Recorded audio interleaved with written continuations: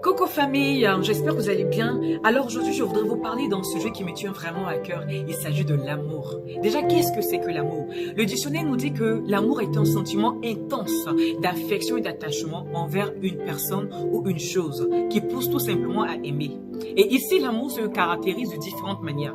Il y a l'amour fraternel ou amical, l'amour sentimental, relation sexuelle entre deux personnes, ou l'amour tout court, aimer son prochain comme soi-même. Le livre de Lévitique 19, verset 18 nous le dit. L'amour n'est pas un vain mot. L'amour est précieux. L'amour est riche. L'amour est très important dans la vie de l'homme. En tant que chrétien, nous devons nous efforcer à pratiquer l'amour, tant bien même que c'est plus facile à dire qu'à le faire. 1 Jean 4, verset 20 nous dit que si quelqu'un dit « j'aime Dieu » et qu'il haït son frère, c'est un menteur. Car comment peut-il haïr son frère qu'il voit et aimer celui qui ne le voit pas? En d'autres termes, l'amour est le fondement d'une vie. Aimer, c'est donner sans intérêt. Aimer, c'est partager. Aimer, c'est protéger. Aimer, c'est s'ouvrir entièrement. Aimer, c'est oser dire la vérité à quelqu'un qui emprunte le mauvais chemin. Aimer, c'est ne pas soutenir quelqu'un dans le mensonge. Nous avons perdu cette habitude de pouvoir nous soutenir. Nous avons perdu cette habitude de pouvoir nous pardonner, de pouvoir nous protéger, de pouvoir dire à quelqu'un, écoute, je t'aime frère, mais tu empruntes un mauvais chemin. Je t'aime sœur, mais ce que tu es en train de faire n'est pas convenable pour toi, n'est pas bien pour ton futur. En général, on fait semblant d'aimer cette personne, mais derrière, on poignarde cette personne.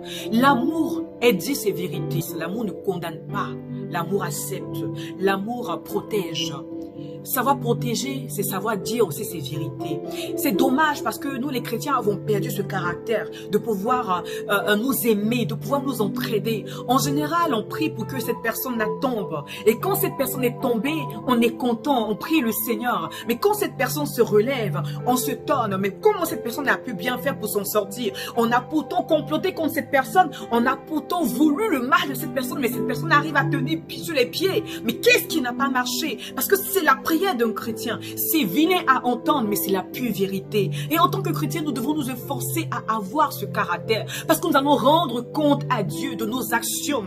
Il arrive que nous sommes fâchés à l'égard d'un frère ou d'une sœur, parce qu'à l'instant, nous avons été blessés par l'attitude de cette personne. Mais l'amour de Christ nous demande de nous pardonner. Il est aussi important, avant d'être pardonné, de reconnaître ses torts. Parce qu'on peut bien avoir la facilité de pardonner quelqu'un, mais la personne prend plaisir à voir d'autres personnes pleurer. Ça, c'est pas un vrai converti. Celui qui a accepté Christ, celui qui a accepté de vivre pour Christ, c'est celui-là qui, ses sentiments personnels disparaissent et sont les sentiments de Christ qui réapparaissent.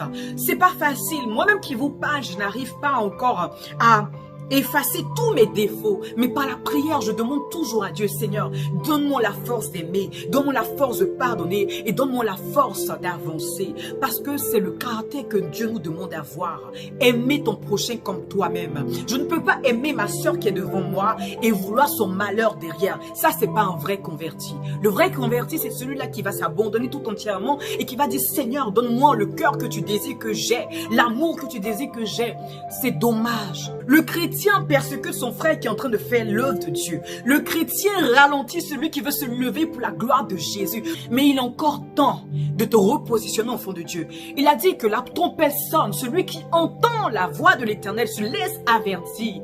Il sera sauvé, il sera racheté, il sera transformé en une nouvelle créature. Il est encore temps pour toi, mon frère, de pouvoir avoir une nouvelle attitude. Il est encore temps pour toi de pouvoir te racheter, de pouvoir te repositionner. Car il dit que je cherche des vrais adorateurs qui m'adoreront en esprit et en vérité. Des personnes qui vont pas vivre pour eux, mais des personnes qui vont vivre pour Christ. Enfants de Dieu, pratiquons l'amour. Disons à un frère, à une sœur que nous l'aimons. Partageons l'amour autour de nous, parce que nous allons rendre compte à Dieu dans nos actions. Dieu va nous demander qu'est-ce que tu as pu faire dans la vie de quelqu'un. Tu devais apporter la paix, tu as apporté la haine, tu as apporté la division, tu as apporté la colère. Non, c'est pas ce que Dieu nous demande de faire. Dieu nous demande de rassembler. Dieu nous demande de nous unir pour élever son nom, afin que des âmes soient sauvées, afin que des vies soient transformées, afin que des vies soient gagnées. Il est encore temps de te repositionner. Aimons-nous, car n'oublions pas que c'est main dans la main que nous devons montrer fort. À très bientôt pour une autre vidéo. Bye bye.